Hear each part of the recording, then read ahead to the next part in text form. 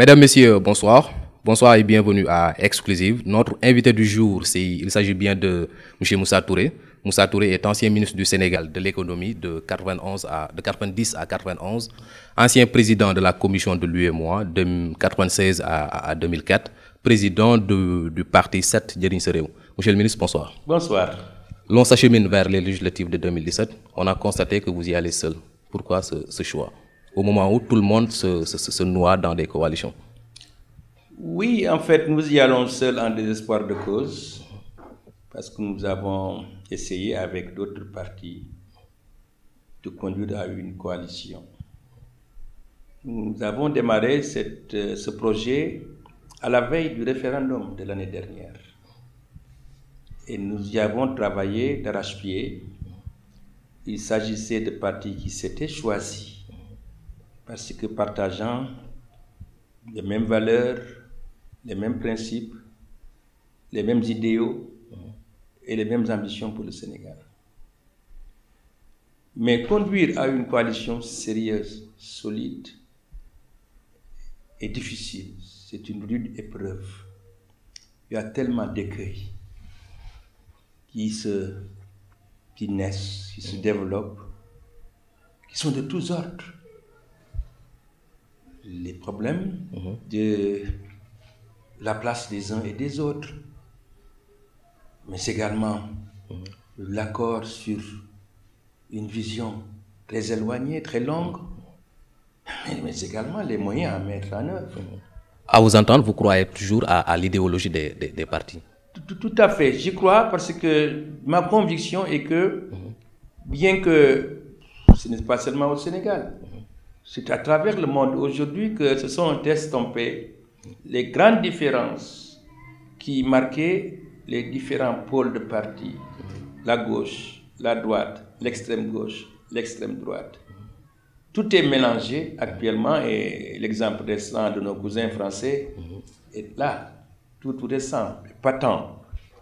Mais il reste que être de gauche ou de droite, c'est un problème fondamentalement de sensibilité de cœur. Et de gauche, c'est avoir de l'empathie, de la sympathie, avoir l'ignorance wolof, yermande vis-à-vis de l'autre. Et être de droite, c'est penser beaucoup à soi.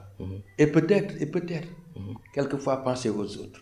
Donc, maintenant, est-ce que ce n'est pas un risque majeur que vous prenez en y allant seul? Parce que, bon, vu la concurrence, les coalitions dont vous avez en face, c'est de grandes coalitions. Est-ce que vous pensez que vous avez plus de chances à bénéficier de la confiance des Sénégalais? Ma conviction, aujourd'hui, à l'heure où je vous parle, est que les Sénégalais qui nous connaissent, qui nous entendent, comme ceux qui sont actuellement dans cette pièce, qui sont venus de loin, ne croient pas en ces coalitions, ne croient pas en leur crédibilité, ne croient pas en leur sérieux, ne croient pas en leur amour du Sénégal, ne croient pas à leur patriotisme. Quand une coalition naît un jour, en l'espace d'un mois, se défait, se recompose, se décompose, se recompose, je crois que les Sénégalais sont là en tant que spectateurs et ils peuvent se rendre compte, n'est-ce pas, que tout cela est fait au profit exclusif de ceux qui sont les acteurs de ces coalitions-là. C'est valable pour la coalition au pouvoir, qui est hétéroclite, on ne peut faire plus, où il y a des communistes, des socialistes, des libéraux, des sans-foi, des sans-loi. C'est des coalitions électoralistes. Électoralistes. Parce que c'est valable aussi pour l'opposition, nos amis de l'opposition, avec qui nous partageons beaucoup. Mais là aussi, on voit qu'il y a des coalitions qui sont contre nature. Qui sont contre nature.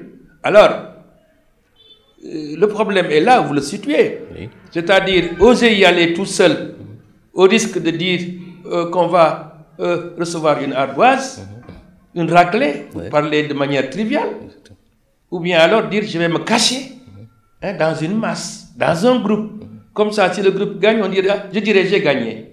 C'est ce qui s'est passé depuis 2012. Ça se passe très souvent. Je crois que c'est malhonnête. nous avons le courage. Mais est-ce que ce n'est pas aussi dicté par la réalité? On sait tous que, présentement, pour gagner une élection au Sénégal, il faut forcément être dans oui, mais gagner pourquoi? Une élection, on la gagne pourquoi? On ne doit pas gagner une élection pour gagner une élection. On doit gagner une élection par rapport à un projet, par rapport à un programme, par rapport à une vision. Mais si c'est gagner pour gagner, ce qui justement fait ces coalitions hétéroclites, comme je le dis, vous avez tout et rien. Tout et rien. Vous avez parlé de programme, on a constaté que c'est un volet pratiquement absent du débat. Oui. On ne fait que critiquer la 12e législature. Vous, pour la 13e, qu'est-ce que vous proposez aux Sénégalais? Non, je comprends un peu que le débat sur les programmes, sur les visions, ne soit pas omniprésent dans cette campagne qui s'annonce. Parce que il ne faudra pas aussi que les gens fassent croire aux Sénégalais que le député est l'organe suprême qui va régir leur avenir et leur présent. Le député y concourt en tant qu'organe de contrôle, en tant qu'organe qui peut faire des propositions.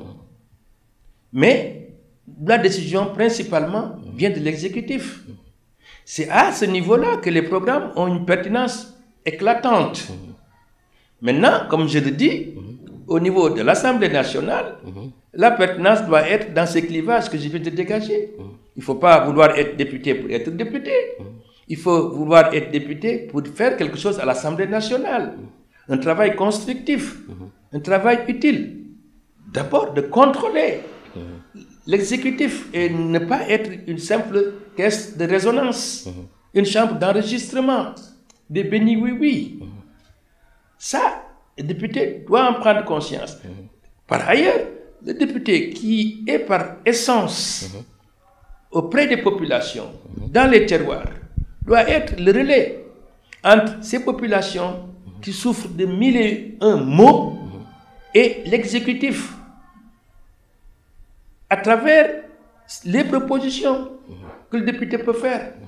Mais il ne faut pas aussi que le député, une fois élu, comme on le voit lorsqu'il vient des régions de l'intérieur du pays, demeure à Dakar, et pour les rares fois où il va au pays, il s'arrange pour arriver là-bas la nuit et quitter le terroir à l'aube. C'est fréquent ça, c'est connu. Est-ce que ce n'est pas parce que les députés ne sont pas assez outillés pour porter les doléances des Sénégalais? C'est un grave problème. Moi, pendant 8 ans, j'ai été au ministère des Finances, comme vous l'avez rappelé tout à l'heure.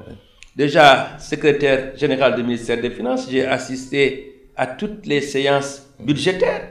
Ensuite, secrétaire d'État, ministre délégué et ministre chargé de l'économie, des finances, du plan et du commerce.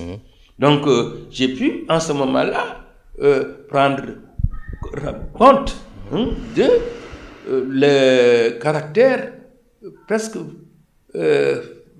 léger, folklorique du travail de nombreux députés, parce que pas du tout au courant de leur rôle, de leur mission, pas du tout au courant de ce qui se fait et se discute à l'Assemblée. Et qu'on ne m'accuse pas de faire une ségrégation. Moi, j'ai connu des députés qui n'ont jamais été à l'école française et qui ont été de très bons députés. J'aime souvent citer un certain Soignan, député PS, qui, lorsque vous parlez de la culture de l'arachide, de l'agriculture en général, vous étiez séduit.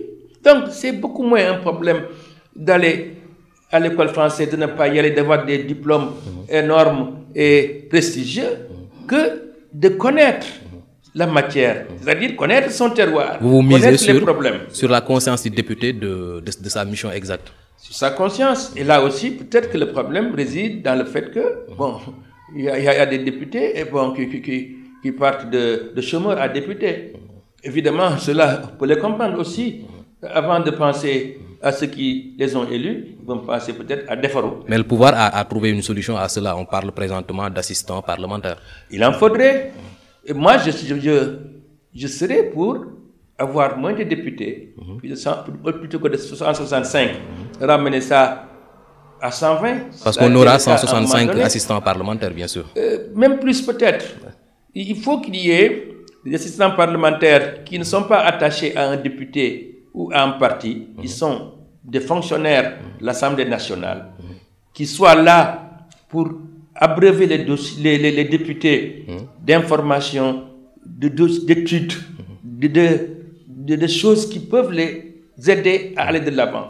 Mais en même temps aussi doter les députés d'un ou deux assistants parlementaires. Je crois que non seulement ce sera très utile, ils seront mieux outillés, puis c'est peut-être là aussi un moyen de faire une résorption. Mais est-ce que c'est pertinent du chômage? Est-ce que c'est pertinent si l'on continue à avoir des députés qui se disent que bon, je suis honoré d'avoir été choisi par le président de la République, par exemple, de m'avoir mis sur les listes. Est-ce qu'il ne faut pas miser plus sur le profil du député que sur autre chose? Je vais prendre ce que vous avez dit au vol. Vous avez dit, je suis honoré. Moi-même, c'est ce que je trouve ridicule. Et vous êtes complices de ce fait-là, vous les médias, d'appeler des députés l'honorable député. L'honorable député, ça ne veut rien dire. C'est les pays anglo-saxons qui ont cette culture d'appeler leurs députés honorables. Ce n'est pas notre culture à nous. Parce que la mission est honorable pourtant. Il y a 15 ans, il y a 10 ans, on n'entendait jamais dire honorable député tant. Toutes les missions sont honorables. Ce que vous faites là est honorable parce que ça contribue au développement, au progrès du Sénégal. Mais l'honorable député, ça n'a pas de sens. Alors, j'y viens. D'autant plus que, comme vous le dites, pour être honorable, il faut faire preuve d'honneur. Il faut faire preuve de grandeur. Il faut faire preuve de rigueur, de sérieux. Mais lorsque on a ce comportement que vous décrivez, je suis le député du président, je suis le député de ceci ou de cela, là, on n'est plus honorable. On ne mérite même pas donc ce terme-là. Ce discours-là, on ne le verra pas dans les députés que vous avez investis. Ils ne parleront pas ainsi. Non, parce que nous partageons la même culture. Ici, nous parlons de la même voix. Je pourrais me lever de cette chaise-là, laisser l'un de mes collègues ici s'asseoir, il vous dira la même chose. C'est une culture de la maison, la simplicité, la rigueur, le sérieux et l'appréhension des problèmes de ce pays-là, plutôt que les petits détails sur lesquels les gens s'évertuent à épiloguer matin et soir, alors que ce ne sont pas là les problèmes essentiels de ce pays. D'accord. Le nombre de listes pléthoriques que nous constatons présentement, tout le monde en parle. Vous, quelle appréciation vous en faites? 47 au total. Quelqu'un a appelé cette situation pléthorique et je crois que depuis lors, ce terme a fait florès. Même les enfants parlent de pléthore. Effectivement. Mais je vais vous dire une chose, au risque de vous décevoir. Ah bon? Le Sénégal est le pays de la pléthore. Oui, avec 300 partis, c'était prévisible. 300 partis, mais il y a le double de syndicats. Vous qui êtes des médias, le Sénégal comporte plus de quotidiens nationaux que la France. Est-ce que ce n'est pas la vitalité de notre démocratie, par exemple? Non, ça, ce n'est pas la vitalité. Ça pourrait peut-être être compris comme ça, mais ce n'est pas évident. C'est la concurrence. Vous savez, nous sommes arrivés au Sénégal à un moment, depuis 2000, moi, c'est la barre. C'était la fin du siècle, en quelque sorte, dernier, où chacun pense pouvoir être n'importe quoi. Chacun doit pouvoir faire n'importe quoi. Il y a, en 2000, avant 2000, je ne parle pas même des 47 listes, mais tous ceux qui se sont présentés comme candidats à la présidence de la République en 2012, les 3/4 en 2000 n'auraient même pas osé dire qu'ils envisagent d'être candidats. Mais c'est que tout a été banalisé dans ce pays-là. N'importe qui peut faire et dire n'importe quoi. Et c'est de la responsabilité de qui? Les Sénégalais. Les Sénégalais. Encore que, je crois que les pouvoirs publics ont aussi mission quand même de mettre un peu d'ordre dans tout ça. Et quand je dis tout ça, c'est ça, mais c'est également l'indiscipline, la pagaille qu'il y a dans les rues, la pagaille qu'il y a partout, la violence qu'il y a partout. Dès qu'on dit « ah, on tousse », quelqu'un sort un poignard, il poignarde l'autre, ainsi de suite. Les pouvoirs publics, ça veut dire le président de la République, l'État, le gouvernement a aussi quand même dans sa mission de pouvoir limiter ça, en tout cas y mettre fin, sinon limiter cela. Mais le Sénégal est le pays de la pléthore. J'ai continue les chambres de commerce. Moi, en tant que président de la commission de l'UEMOA pendant 8 ans, j'ai eu en face de moi, dans les pays de l'UEMOA, un président de chambre de commerce nationale. Dans le comité qui a été créé qui réunit les chambres de commerce des pays de l'UEMOA. Les 7 pays de l'UEMOA, sauf le Sénégal, ont une chambre de commerce nationale. Il y a Serigne Mboup qui a cette ambition-là présentement. Lui, non, il est le président de l'espèce de fédération des chambres de commerce. D'ailleurs, pour vous dire que, justement, c'est là que devait être le rôle important, principal, mais les Sénégalais ne savent même pas quel est son rôle. Alors, on crée des chambres de commerce régionales. Il faut dire la vérité. Il y a des chambres de commerce régionales, franchement, je ne sais pas, qui n'existent que de nom. Qui n'existent que de nom. Donc, autant faire une chambre de commerce nationale forte. La Côte d'Ivoire, qui pèse 2 fois le poids économique du Sénégal dans l'UEMOA. On va parler politique, bien sûr. Donc, la pléthore, alors, chez les partis politiques, c'est la même chose. Mais comme je dis, il faut aussi dire quelque chose qui peut expliquer pourquoi il y a cette pléthore de partis politiques. Surtout. Vous appartenez à un grand parti. Vous y croyez, vous militez. Et vous y donnez corps et âme, n'est-ce pas, au travail dans ce parti. Et lorsque des échéances arrivent, vous vous rendez compte que les responsables du parti, finalement, ont passé leur temps à exploiter la base et les autres. C'est-à-dire, dès qu'il y a des choses à partager, ne serait-ce que des petites sucettes, ils s'accaparent de tout et les autres, ils sont là pour, en permanence, revenir, faire la campagne, militer, sans rien avoir, d'une part, mais également sans voir que les idéaux du parti, la vision, les ambitions autour desquelles on les a éduqués sont respectées. Une fois que les gens vont au restaurant, ils se gavent et puis ils laissent les autres à la porte mourir de faim. Alors, les gens qui sont déçus par ces comportements, par ces choses-là, se disent, bon, moi je sors du parti. D'autres sortent et sont découragés. Combien de fois vous entendez des gens vous dire, j'ai fait de la politique, j'étais avec tel, mais je me suis découragé, il m'a trahi, j'ai arrêté la politique. Combien de fois on l'entend? Tous les jours. D'autres maintenant se disent non, parce que nous estimons que faire de la politique, c'est une mission, c'est une responsabilité. Si tout le monde s'assoit et tout le monde refuse de faire de la politique, c'est les tocards, les voyous, les profiteurs qui vont avoir le pouvoir, exercer le pouvoir et l'exercer au détriment des masses. C'est ce qui se passe aujourd'hui. Donc vous n'y voyez pas une volonté de l'État de saboter les élections?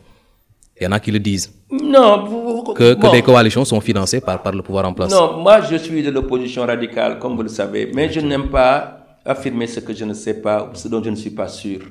C'est certain qu'il y a des pratiques qui ont eu lieu, mais je vais vous avouer une chose, ce n'est pas seulement d'aujourd'hui. De financer, vous voyez... C'est de bonne guerre. C'est de bonne guerre, ça s'est fait, je le sais, je suis très sûr. Vous voyez un parti qui vous menace, vous soudoyez quelques membres de ce parti-là, qui sortent et créent avec le même nom de parti, mais en ajoutant un R, renouveau. Et on les finance. Et ils sont candidats pour diminuer les forces de l'autre. Ça, c'est de bonne guerre. Mais enfin, tout ça, c'est du bavardage. Moi, je ne m'arrête pas à ces choses-là. Ça, c'est fait. C'est ça, les règles de la démocratie et de la politique. La politique est une espèce de guerre sans violence, normalement. Et la guerre est la politique avec violence. Donc, quand on fait de la politique, on doit savoir qu'on n'a pas affaire à des nouveau-nés, à des naïfs, ou comme diseraient les Français, à des bisounours. D'accord. Quittons cette politique-là pour parler de politique économique. Oui. Le pays marche, on est à 6,5% de taux de croissance. C'est positif? Moi, vous savez, ce qui me fait mal dans ce pays, et c'est un phénomène qui se développe.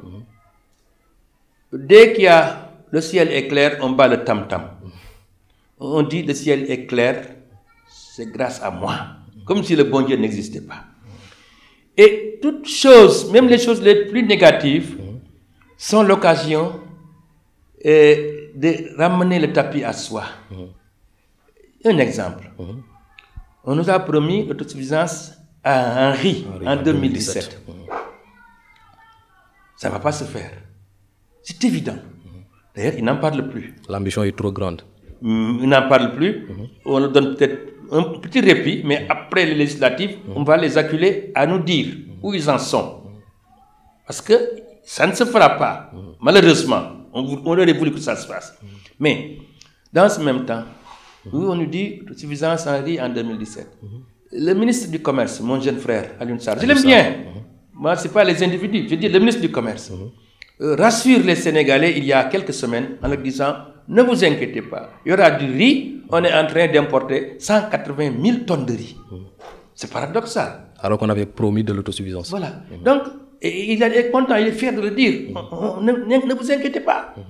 On va vous fournir 180 000 tonnes de riz qui viendront, je ne sais pas si c'est d'Inde ou de Chine. Vous voyez le paradoxe. Alors, 6,7, 6,8% de taux de croissance. Ce sont les prévisions en 2018. Oui, c'est pas mal. Vous savez, c'est le cas de la Guinée équatoriale, qui est dans un état de délabrement complet en matière d'infrastructure, en tout. Le Tchad, en son temps, le Niger, il y a 2 ou 3 ans, lorsqu'ils ont découvert le pétrole, ils ont commencé à l'exploiter, ils ont eu des taux de croissance qui atteignaient 50%. Mais vous savez bien que ces 50% d'augmentation du taux de croissance, le Nigérien de base, l'Équatorien de base, n'a pas vu ses revenus, son pouvoir d'achat augmenter de 50%. C'est le cas au Sénégal pour vous? C'est le cas au Sénégal et c'est même peut-être plus grave au Sénégal. Je vais vous faire une décomposition rapide. Oui, rapide. 6,8% de taux de croissance. La population sénégalaise augmente autour de 2,8, 2,9 à 3%. Pardon. Donc vous enlevez de 6,8, 2,8, il reste 4% de croissance que chaque Sénégalais devrait avoir de plus. Mais ces 4% de taux de croissance, vous prenez des secteurs comme les télécommunications, Sonatel, Expresso, Tigo. Vous prenez les BTP, FH, CDE et autres. C'est sénégalais. Vous prenez maintenant les Chinois qui sont là, les Marocains qui sont là, les Turcs qui sont là, les Français qui sont là, etc. Je veux dire en gros que les 4% qui restent, les 2% au moins à 2,5% ressortent du Sénégal parce que représentant les bénéfices de ces entreprises qui exploitent le Sénégal. Effectivement, c'est le secteur tertiaire. Effectivement. Il reste 1,5%. Mais 1,5%, il faut faire des bords. Parce que ce sont les gens du régime, les gens... Comment pouvez-vous expliquer mon neveu que quelqu'un ait été ministre pendant 2 ans et puis au bout de 2 ans, il devient milliardaire? C'est des choses qui sont communes maintenant. Tous ces gens-là qui sont responsables de partis politiques, qui sont chefs de parti, qui sont candidats, qui étaient ministres sous Wade, et qui, avant Wade, avant 2000, traînaient les pattes partout, qui sont devenus milliardaires du jour au lendemain, y compris le président de la République. Alors, donc c'est 1,5% qui reste. C'est là que ça passe. Dans la corruption, dans la surfacturation, dans les commissions, dans les détournements. Il y a présentement des mécanismes pour éviter le cela. Sénégalais lambda, comme vous, j'allais dire comme moi, mais si je vous dis ça, sûr, vous croyez que je vous moque de vous. Mais en tout cas, nous, on ne voit rien. Voilà la situation. Et nos amis de la Banque mondiale, du Fonds monétaire, s'agissant du Sénégal et même des autres pays, insistent beaucoup là-dessus actuellement. La répartition juste et équitable de cette croissance-là.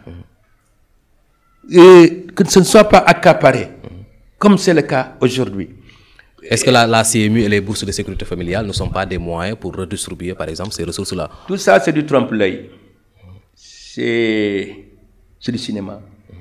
Et c'est à la limite de l'escroquerie. Les bourses familiales, 30 milliards par an, je trouve que c'est du gâchis. Il ne faut pas qu'on dise que je ne suis pas généreux vis-à-vis des Sénégalais. Non. Je le suis beaucoup plus que ces gens-là.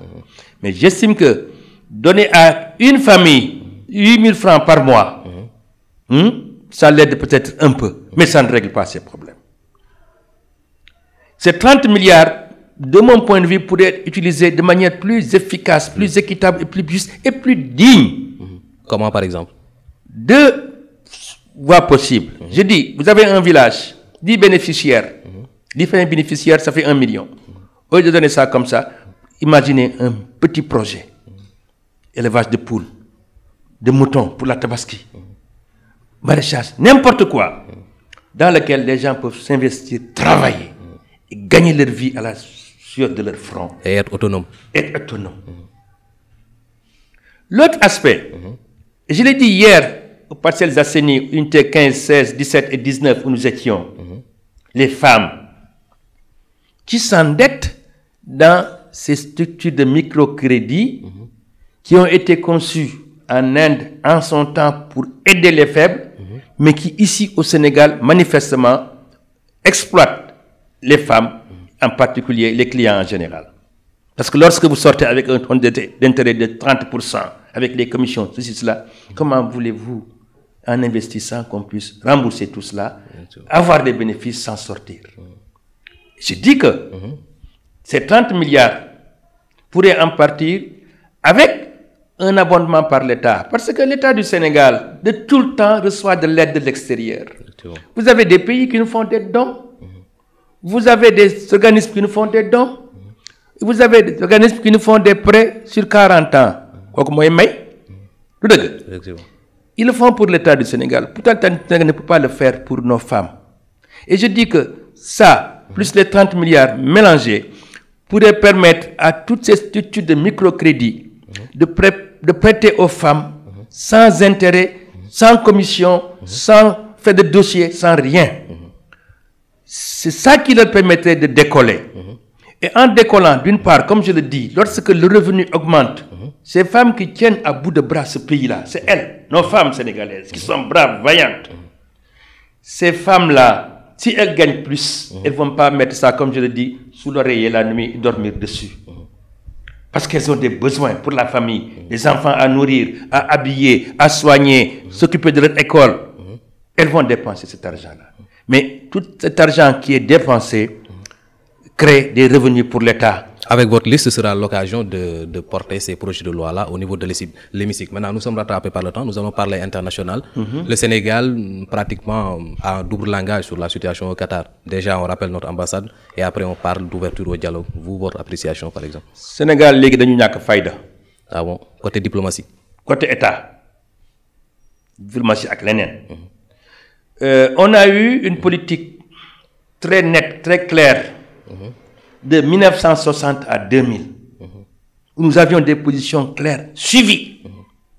Ce qui a fait que la diplomatie sénégalaise et le Sénégal en général étaient respectés à travers le monde. Nous qui étions là, nous le savons. Ce n'est plus le cas. Comment nos chefs d'État de l'époque étaient respectés, comment nos ministres, nos experts étaient respectés. Il ne pouvait pas y avoir un sommet ou une réunion sans qu'un Sénégalais ne soit le président de la réunion ou le rapporteur. Tout ça maintenant c'est perdu par des positions de clochards. Sous Wade et sous Macky Sall. Surtout maintenant, de clochards.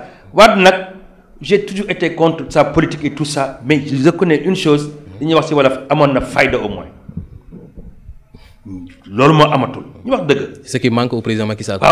Donc on va à gauche, à droite. Et quelqu'un qui vient, il nous tire par le nez, on suit. Moi j'aime bien l'Arabie Saoudite. Mais j'aime aussi le Qatar. C'est un allié historique. Quand ils ont un problème entre eux, qu'ils règlent leurs problèmes entre eux. C'est la position du président Alpha Condé, par exemple. Mais c'est la proposition des gens raisonnables. Même les pays occidentaux dont on parle, ils n'ont pas pris de position radicale, comme le Sénégal a pris comme position. Ils n'ont pas rappelé leur ambassadeur, n'est-ce pas? Qui sont encore au Qatar. Il est en train de rectifier. Mieux. Le Maroc.